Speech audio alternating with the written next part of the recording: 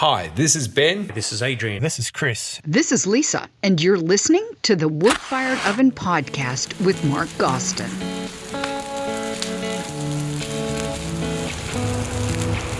Well, here I am, standing in the shadow of the Colosseum, one of Rome's most enduring symbols. It's colossal, really, imposing. It's hard not to feel the weight of history in a place like this. Imagine, if you will, the streets bustling with citizens of ancient Rome, the air filled with the hustle and bustle of daily life, and the smell of freshly baked bread. In the times of Cicero, Caesar, and Seneca, Rome was a hub of culinary diversity, much like it is today.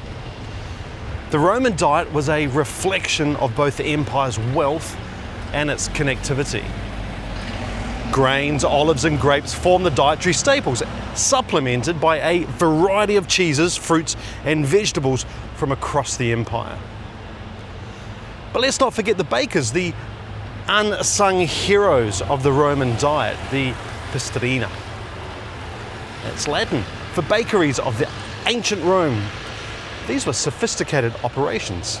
Slaves and freedmen worked through the night, kneading dough and tending to large wood-fired ovens to produce that bread that was a staple for the Roman citizens. Imagine the journey of wheat for a moment, travelling from the fertile crescent of the Nile all the way here, where I'm standing today in Rome. This isn't just a story of grain travelling across the seas, it's a narrative of how Rome's passion, I think, for bread baking was fueled. As these grains were transformed in the heat of Roman wood ovens, they didn't just feed the masses, they sowed seeds of a shared culinary legacy. And this blending of traditions from the Nile to the Tiber tells a fascinating tale, I think, of how food can bridge cultures. I love that. All crafting a common story. Imagine walking these Roman streets in the early morning, like I literally am now, following this irresistible aroma of fresh bread just as the day awakes on a cold winter's day. And bread in ancient Rome wasn't just food though, it was a symbol of civilization, a marker of this incredible Roman identity. I've said it before on the podcast that the wood-fired ovens in Pompeii are so well preserved. They are amazing to see in person, and they inspired me to build my wood-fired oven and ultimately to start this podcast, which is basically a way to share stories and to converse with many of you, my listeners, on the magnificence of wood-fired cooking and baking. For me, it's pretty moving, really. So here we are in the centre of the ancient world, Roma, recording the third season of the Wood-Fired Oven podcast. Cicero, Caesar, and Seneca and their contemporaries dined on dishes that showcased the empire's bounty. Think olives from Spain, cheeses from Gaul, wines from the slopes of Vesuvius, down to the south of me today. These banquets were not just about food, but were a display of power, wealth, and connections. Yet, despite the grandeur of these feasts, it's fascinating to think about the similarities between us and them. And just like us, they sought comfort in food, in the warmth of a shared meal, in the simple pleasure of bread and probably other foods straight from their ovens. And of course, that's true for ordinary citizens like us too. So as I stand here outside the Colosseum, it's easy to imagine the ghosts of the past lingering in the air. The Colosseum is about 30 feet from me. The conversations of Cicero, I'm a huge fan. The ambitions of Caesar, the philosophy of Seneca, and the daily lives of bakers who fed the heart of the empire. It's a reminder, I guess, of the timeless nature of our quest for good food, for sharing stories around a table, and in our case, around our wood-fired ovens. My journey through Italy isn't just about understanding pizza, which is a fairly recent invention. It's about connecting with the past, I think, understanding the present, and maybe, just maybe, shaping the future of how I celebrate the simple yet profound act of making and eating food cooked with fire. It's so connecting. Today I'm taking a journey from this place, the Colosseum, and you can hear it. This is the stone of the Colosseum. To Caiazzo to visit Pepe and Grani, to travel into the country to experience the wonderful Italian culture, and ultimately today to experience what is undoubtedly one of the most amazing pizza restaurants on the planet. And it's an actual journey as well, a train ride to, in fact, deep into the country. And you're coming along for the ride. Thanks for tuning into this episode, the first of season 3 of the Wood-Fired Oven podcast. This season is all about amazing food, techniques and stories. I think the theme of this season is to carry the spirit of those ancient Roman bakers who baked in their wood-fired ovens. Let's bake, cook, eat and share stories with one another, just as they did centuries ago. My wife and I are taking a train from Roma Termini to Naples and then a suburban train out to Caiazzo. For those interested, it was the Italio train 9967 Rome to Naples, and then a suburban train on line 16 from Naples to Caiazzo. The total travel time should be a couple of hours. Now you can't book the suburban line from Naples to Caiazzo from Rome, and so we've just been downstairs in the Naples train station and we picked up 4 tickets out to Caiazzo and back. So we're about €4.50 each. Now we've got about 45 minutes to spend here at Naples before we head through to Caiazzo, and that's plenty of time to wander downstairs, find that EAV ticket office and grab the tickets. We're now back upstairs, ready to hit the platform for the journey out to Caiazzo. Pepe and Grani, located in the small town of Caiazzo, Italy, is more than just a pizzeria. It's a culinary institution that has garnered international acclaim for its innovative approach to traditional Neapolitan pizza. The mastermind, as you probably know, behind Pepe and Grani is Franco Pepe. And if you love pizza and listen to the podcast, you probably already know his name. He is widely regarded as one of the world's best pizza chefs.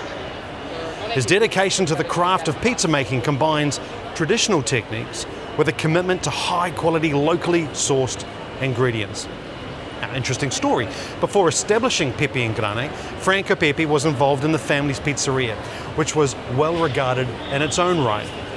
However, due to a desire to pursue his own culinary vision and perhaps differences in directional philosophy, Franco decided to branch out on his own. What sets Pepe and Grani apart is Franco Pepe's meticulous attention to every detail of the pizza making process, from the selection of flour, the fermentation of the dough, to the choice of toppings that celebrate Campania's region's rich agricultural bounty. His approach to pizza is both an art and a science, as I'm sure you've seen photos of his creations, resulting in beautiful looking pizzas that are both delicious as they are beautiful. Pepe and Grani quickly rose to fame not just for the quality of its pizzas, but for Franco Pepe's philosophy of supporting local farmers and producers, thereby fostering a sense of community and sustainability. It's wonderful, really. The pizzeria has become a destination for pizza enthusiasts from around the globe, like me from Brisbane, Australia. We're all eager to experience Pepe's amazing creations. Someone else who has a passion for Italy and the wonderful food it produces is, well, another Mark. And like me, also comes from Christchurch in New Zealand. He loves his wood-fired oven as well. What are the odds of that? That's crazy. Take a listen to Mark. Hey Mark, this is Mark also. I'm from Christchurch in New Zealand. I know that you are heading to Franco Pepe's pizzeria today on a day trip from Rome. I'm actually heading there myself very soon. I thought that I would tell you and your listeners a little bit about me and my pizza oven, wood-fired oven that I have in Christchurch in New Zealand. So I've had my wood-fired oven for probably about 4 years. Actually built it with a friend of mine who's a builder. I bought a kit with a 5-piece sort of concrete dome that had all the bits like fire blanket and fire bricks and calcium silicate board for heat retention, etc. Did all the research on it and bought one and all the parts, and sort of got the opportunity to actually sort of conform it to the look that I wanted. It's a real piece of theatre in our backyard. We all sort of sit round on the deck area under some lights, and I cook various things for people and have done every single summer. We have multiple nights out there enjoying the wood-fired oven and the theatre that it is. It provides a bit of heat out to the people who are sitting around it, but you can just cook so many wonderful things in it. My favourite things to cook in it would be obviously things like pizzas and roasts, lots of sort of split chickens and butterflied legs of lamb, etc. Also heating the oven up really, really hot and then letting it cool down for a 12-hour period to get to like 170 degrees centigrade, and then cooking a nice slow piece of pork shoulder for sort of 5 hours and smoking it at the same time. It's just absolutely wonderful. I love the reliability and the unreliability of it. I love the fact that it's predictable and not predictable. The fact that it's got different heat cycles. It takes a long time to actually get to know how to use the different heat cycles and what's going to cook really well, what may be too hot and may burn.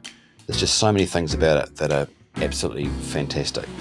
The one thing that I would say for anyone that's contemplating getting a wood-fired oven is they are great for entertaining crowds. I've had friends come around to my home that either don't cook and they just love taking part in it. I've got friends that do cook and they just love the fact that it's a different style of cooking. Each year in January we've got a couple of couples that we have come around to our house, and it's a tradition at every single January. It's like the beginning of the new year. We have an afternoon. We start at sort of 3 in the afternoon and we sort of graze and eat various things over the next sort of 6 to 7, 8 hours. Drink good wine, have a listen to a bit of music, and we make white bait patties. We might cook some slow pork belly. We'll do some mushrooms in there. There's just so many things we could do. I make an amazing focaccia bread in the wood-fired oven, which we have with sort of crystallized salted butter. Absolutely exceptional. So it really does bring all of our friends and family together. Everyone loves coming to our home to really enjoy the oven and everything that we can actually do in it. It's just an incredible addition to the entertaining aspect of our home. So it's absolutely fantastic. Hey, thanks, Mark. My goodness, sounds like you have cultivated some wonderful experiences for your friends and family in front of your wood-fired oven. I'm going to get you on the show soon for a full-length interview, and I know you have some great stories, recipes, and techniques by the sounds of it to share with the wood oven community. Love your passion, Mark. Thanks for sending in your audio message. If any of my listeners out there would like to share a short story of using your wood-fired oven at home, head over to woodfiredoven.cooking, click the microphone icon and hit record. It may even feature on the show just like Mark's did today.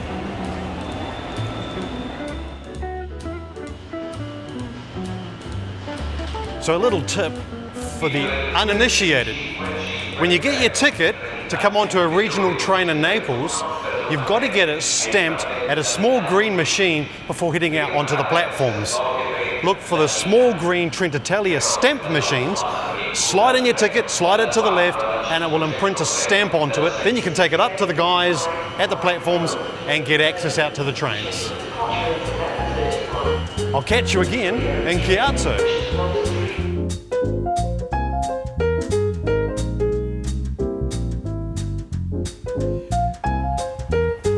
Well, we've made it to Caiazzo. That was a super great train ride. The smaller 3-carriage EAV train was brilliant, actually. I think it must have been brand new. It smelled like a brand new car. Turns out you can save some time and buy your tickets to Caiazzo from the Go EAV app. So you might want to download that and get your return ticket before your travel day. It's an excellent app, actually. It has timetables too, obviously. It's very slick. And Caiazzo is the 13th stop on this line. And for an added bonus on this trip, the line goes right through Capua, which might ring a bell for some of you. I have a minute or two as we walk up the hill from the train station. to have a wee chat about Capua. If you've heard of the famous gladiator Spartacus, I'm sure you have, you might be interested in this brief chat. Capua, now in modern Italy, boasts a rich tapestry of ancient history that stretches back to before the rise of Rome. Its origins are somewhat shrouded in myth though. It's believed to have been founded in the 8th century BCE by the Etruscans, a civilization predating the Roman Empire in the Italian peninsula. Capua became a significant player in the region due to its fertile lands and strategic location near the Volturno River, making it a key agricultural and trade hub. Its wealth and resources made it one of the largest and most important cities in Italy before the Roman ascendancy. The city's prominence continued to grow, especially during the Second Samnite War, which, for those interested, 326 to 304 BCE, when it sided with Rome, and this alliance brought Capua into the Roman sphere of influence, although it enjoyed a degree of autonomy thanks to its status as a Roman ally. However, during the Second Punic War, 218 to 201 BCE, Capua famously defected to Hannibal, think elephants crossing the Alps in northern Italy, after his significant victory at the Battle of Grani in 216 BCE. And this betrayal was not taken lightly by Rome, and after Hannibal's defeat, Capua was punished severely. Its lands were confiscated and its political autonomy was stripped away, effectively making it a subject town now under direct Roman control. Under Roman rule, Capua remained an important urban centre, renowned for its gladiatorial schools and games, and of course the most famous gladiator of all, not Russell Crowe, Spartacus, led a slave revolt that began in Capua in 73 BCE. And although this revolt was eventually crushed, it left a significant mark on Roman history. As the Roman Empire waned, Capua suffered from the same decline affecting the broader region around here, exacerbated by invasions and destruction. In the medieval period, the original site was abandoned and the modern town of Capua was established nearby, leaving the ancient city as an archaeological and historical treasure trove that provides insight into both Etruscan and Roman civilizations. Just love the history of this place. Everywhere you go in Italy, it's steeped with it. So the train ride from Naples to Caiazzo was actually closer to 1.5 hours. It was a delicious ride through gorgeous Italian countryside. So total travel time from Roma Termini to Caiazzo was 2 hours and 40 minutes, or 3 hours and 20 minutes, including the 40-minute layover at the train station in Naples. Well, got about 5 hours to go before our booking at the restaurant tonight. Absolutely can't wait. So, a little bit more on Pepe and Grani. The success of Franco's restaurant has also contributed to the revitalisation of Caiazzo, attracting, well, tourists like me to the area. Just check out TripAdvisor. Everyone seems to flock to this restaurant. Franco Pepe's influence extends beyond the restaurant though, as he conducts workshops and participates in events worldwide to share his passion for pizza making. Pepe and Grani's recognition includes numerous accolades and mentions in prestigious culinary guides, underlining Franco's status as a pioneer in the world of pizza. His commitment to excellence and innovation continues to push the boundaries of traditional pizza, making Pepe and Grani a symbol of culinary excellence in Italy and around the world. So, I'm naturally expecting some pretty great pizza tonight. Well, the trip here to Caiazzo was fabulous. Really enjoyed it. Time to walk into Caiazzo, to our Airbnb, and get ready for this amazing dinner tonight.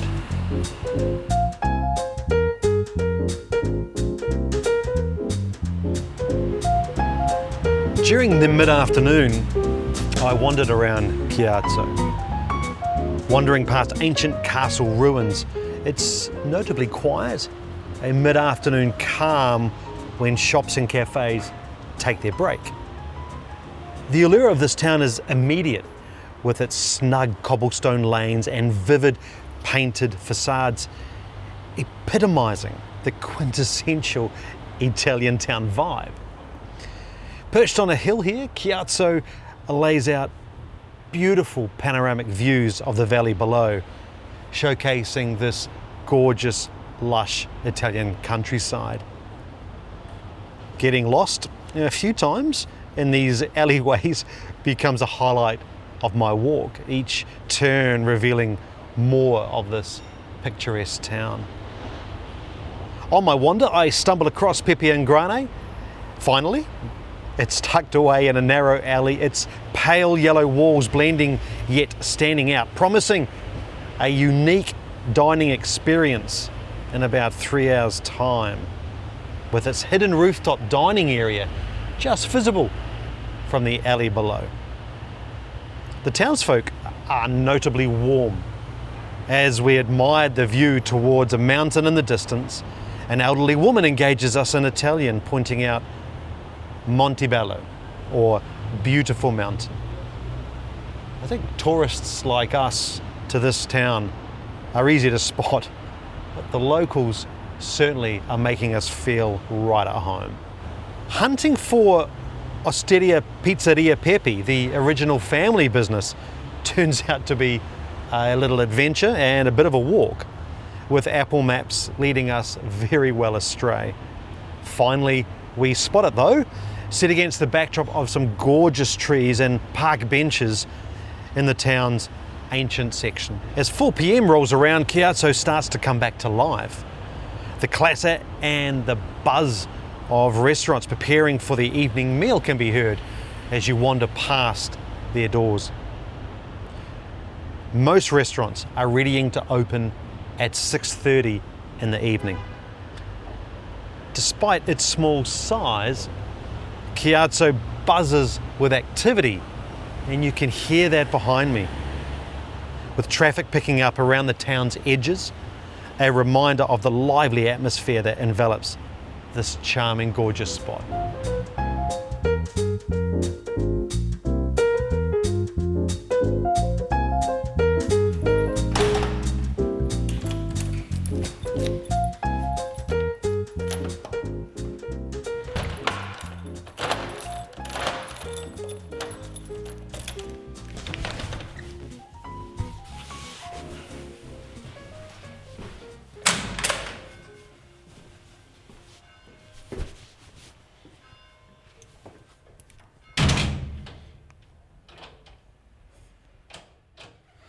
Well, leaving our Airbnb, we're heading down the stairs here in Caiazzo's network of narrow alleyways. The path from our door to dinner is, it's a simple one, weaving through the tight stone lane paths that define the street's layout. It's quiet, with the occasional echo of residents' conversations, maybe the distant clatter of kitchenware as the town begins to stir, easing into dinner time. These alleyways, though confining, guide us with purpose towards our destination tonight, Pepe and Grani, the culmination of a lot of planning and adventure with my lovely wife. The walk is straightforward, but it's immersive, if not a little claustrophobic, giving a real sense of the town's pace and architecture again. It's not just about reaching the restaurant, I guess, but also about experiencing the small Italian town vibe on the way there. Love it. What a privilege to share these streets with its residents. Getting closer to Pepe and Grani. I'm excited. Oh yeah, this isn't going to be just any dinner. It's set to be a highlight of our stay in Italy, promising not just great pizza, but a glimpse, I hope, into the artistry that goes into it. Well, here it is. We've arrived. It's time to eat great food. I'll get back to you soon and tell you all about it.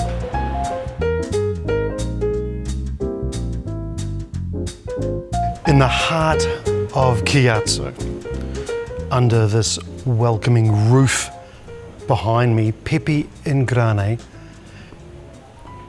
Tonight's dining experience, let me tell you, transcends mere dining. It's not just the incredible pizza that captured my senses, it's the artistry, the passion infused in every slice. I'm stunned. I really am stunned. Here in this place, pizza transforms into an exquisite form of culinary art, a testament to tradition and innovation that Franco Pepe is known for. Let me take you back 2 hours. As evening settled in Caiazzo, the sky dimmed to a deep blue next to the pale yellow walls, creating a stunning backdrop against the ancient stone walls of Pepe and Grani, a building from 1788 with its distinctive arched windows. The terrace outside looked ready for diners, setting the stage for a promising night. There was a buzz of anticipation from the guests, waiting for the restaurant to open. Greeted warmly at the door and walking into the entrance, a glorious golden wood-fired oven stood imposingly present in the kitchen, hinting at some good food to come. Inside, the vibe was welcoming with jazz music, my kind of music, and views of a leafy outdoor courtyard as the sun set. Tables were lit by cozy lights and sails hung from the roof, added to the atmosphere, complemented by the stone walls speaking for this ancient town. The menu was surprisingly affordable, catering to a relaxed crowd of families, couples, of both locals and tourists. We were served by wonderfully attentive staff, promptly offered water, and the menu was accessible via a QR code on our placemats. There was no sense of being rushed, even though there were multiple seatings running throughout the evening. So, our meal kicked off with Pepe's quintessential fried cones. One filled with cheese fondue and pesto named Chiro, and the other Rocco with a pepperoni chip. Both were surprisingly light and deliciously flavorful, with the Rocco a perfect mix of basil, tomato and cheese, plus a hint of sweet aniseed from the sausage. It made me wonder if I could recreate something similar in my wood-fired oven back home in Brisbane, perhaps using my flambardou with its conical shape to help. The margherita spagliata, with its famous photo, had an amazing crust, charred just right, with well-developed flavours seasoned, oh my goodness, to perfection. It was a work of art on a plate. The Grana Pepe al Fantasia pizza surprised us with its aroma of lime and was a luxurious blend of cheese, egg and smoked bacon, reminiscent, I think, of carbonara. For dessert, we tried 2 fried sweet pizzas, an apricot buffalo ricotta cheese, which was deliciously light and not overly sweet. Surprisingly, the dehydrated olives sprinkled on the top provided a lovely counterpoint to the creamy ricotta. The fried pizza strips, sprinkled generously with cinnamon and brown sugar, almost like a light and fluffy donut, was accompanied with an orange-zested buffalo ricotta that was decadent and would surely be a hit with my daughters. We rounded off the meal with an Italian strong espresso. Delicious. I love strong coffee, clearing the palate nicely. The evening was made even more special by a chance to speak with Franco Pepe himself. He was genuinely warm and gracious, even taking the time for a photo with me in front of his impressive wood-fired oven. It was a memorable night for both my wife and I, thanks to the incredible food and hospitality at Pepe and Grani, making our visit to Caiazzo truly unforgettable.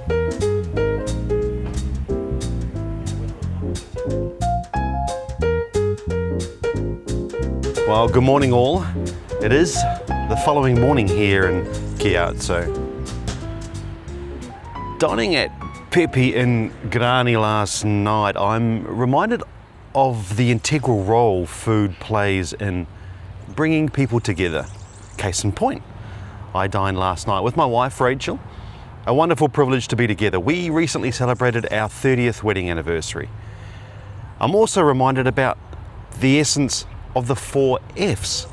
Family or friends, perhaps both, gathered around a table, sharing in the warmth and glow of the fire and the bounty of the food. Create a tapestry of memories, I think, that help define the richness of our lives. In the end, the greatest lesson from my visit to both Franco's restaurant and gorgeous Caiazzo, I think, was not just about eating amazing pizza. My gosh, we did a lot of that last night. But about the art of living, staying in the present, so important.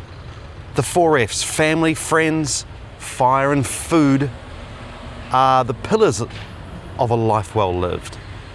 A life filled with warmth, with love, and the simple pleasures that, well, when shared, become the foundation of our most cherished memories. Reflecting on my time here, I'm grateful for the reminder that in the end, the most meaningful experiences are ultimately those shared with the ones we love, aren't they? No matter where we are. Like Mark and his family in Christchurch, New Zealand, who we heard from earlier in the episode. To Adrian, who makes world-class Neapolitan pizzas at home in Adelaide. To Clive, the wood-fired oven chef, and Vanessa in the USA. And to me, from Brisbane, walking around Caiazzo in Italy. Today of all places, all sharing great food with our family and friends. Gathering around a fire, crackling in our wood-fired ovens and making memories that last a lifetime. These experiences underscores the profound beauty in gathering together, the art of staying present, and the joy found in the flavors that we share. It's a celebration of the moment, I think, emphasizing the importance of being fully engaged with our surroundings and the people that we share them with. The best food on the planet, I think, surely is always the food we make at home with our friends and family, around the warmth of a fire, hopefully, breaking bread together.